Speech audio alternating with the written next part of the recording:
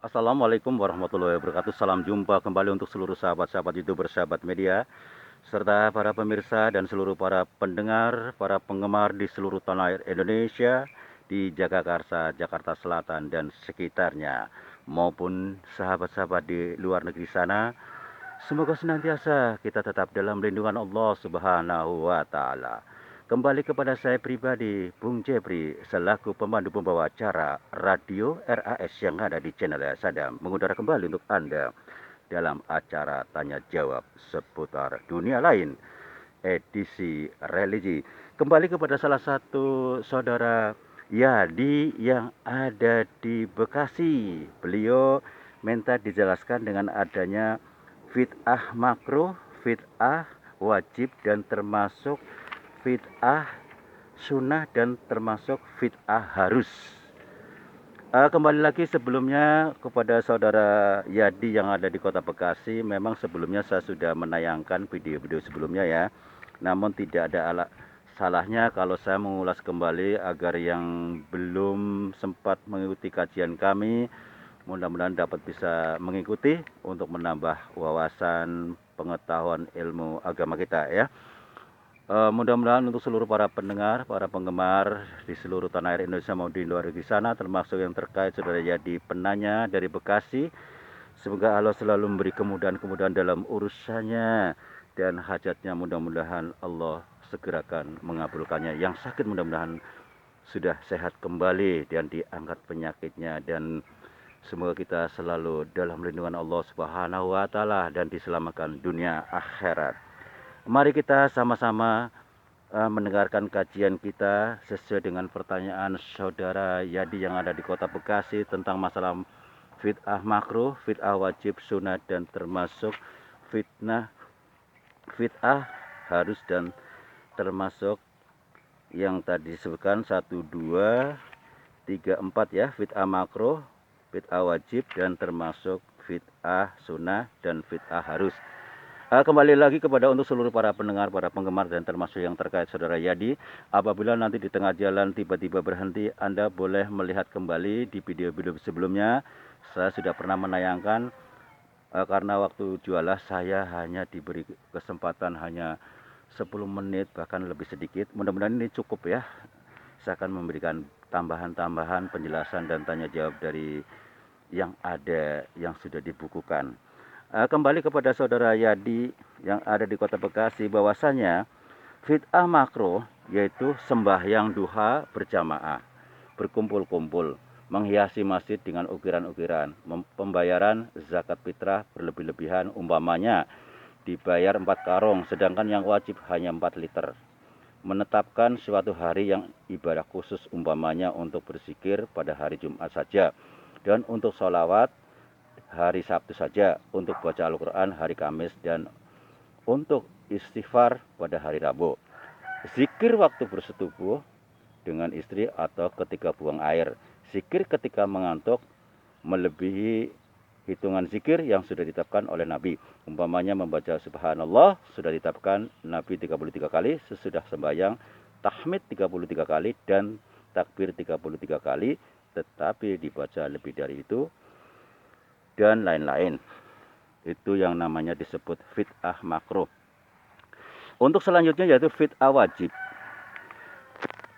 Pembukuan ayat-ayat Al-Quran karena takut hilang berserakan sebagaimana yang sudah dilakukan oleh Sayyidina Abu Bakar dan Sayyidina Utsman radhiyallahu anhu, memberikan titik dan baris pada ayat-ayat Al-Quran karena khawatir akan salah orang membacanya yang akan membawa kepada salah pengertian. Pembukuan hadis-hadis Nabi Shallallahu Alaihi Wasallam demi untuk memelihara syariat supaya jangan hilang, sebagaimana yang dilakukan oleh Imam Bukhari, Muslim, dan lain-lain. Membuat dan mengarang kitab-kitab tafsir demi untuk menjaga supaya orang nantinya jangan sampai kepada tidak mengerti akan isi Al-Quran. Saudara-saudaraku yang dimuliakan Allah Subhanahu wa Ta'ala, kita lanjutkan ya pembukuan kitab-kitab fikih guna menjaga supaya hukum-hukum agama berjalan baik. Orang yang salah iktikad dan ibadahnya kalau jalan selain ini tidak ada. Belajar ilmu nahwu, syarab, bayan, ma'ani kalau dalam pemahaman atau memahamkan Al-Quran tergantung kepadanya dan lain-lain. Kita menginjak yang keempat ya, fit'ah sunnah. Kalau tadi fit'ah wajib ya.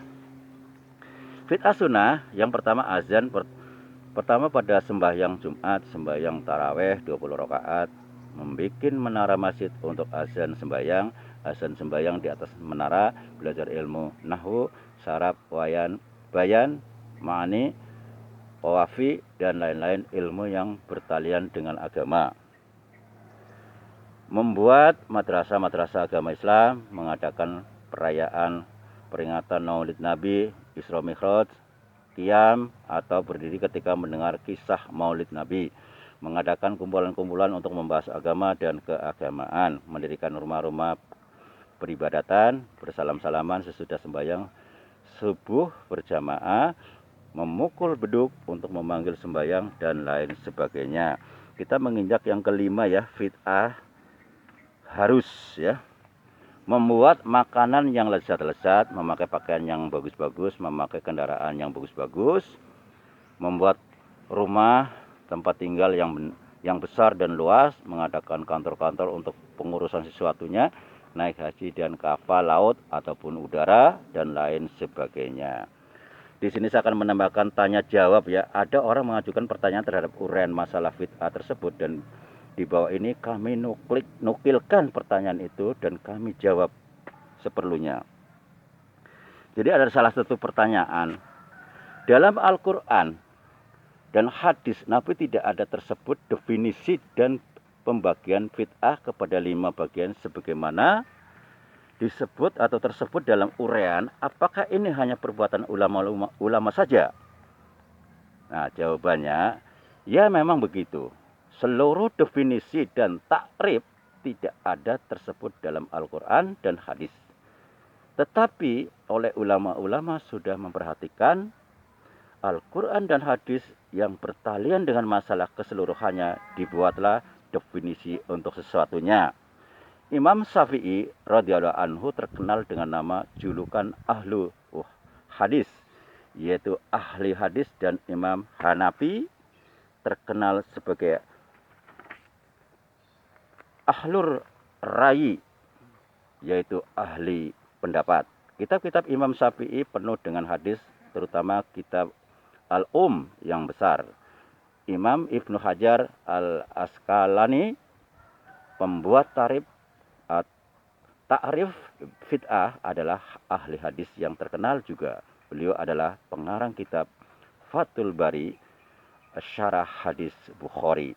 Imam Nawawi bukan saja ahli fikih tetapi juga ahli hadis, dan kitabnya yang bernama Syarah Muslim. Riyadus Shalihin al-Askar dan hadis Arba'in membuktikan bahwa beliau expert, yakni ahli dalam hadis. Imam Izzuddin bin Abdul Salam, wafat 660 Hijriah, adalah seorang ulama besar, ahli tafsir dan ahli hadis, dan seorang yang sudah sampai derajat ilmunya kepada derajat imam mujtahid. Beliau mengarang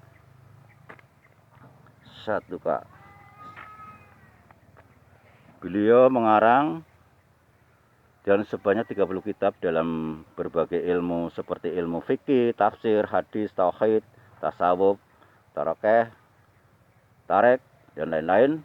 Baca mukadimah kitab Al-Fawaid fi muskilil Quran, cetakan Kuwait tahun 1967 Masehi ya. Di antara kitab beliau adalah Qawidul Ahkam fi Masalihil Anam dan kitab Majas Al-Quran. Beliau diberi gelar julukan Sultan Ulama-Ulama. Beliau-beliau yang tersebut inilah yang dibuat definisi fit'ah itu, dan beliau-beliau ini pula lah yang berbagi fit'ah kepada 5 bagian tersebut.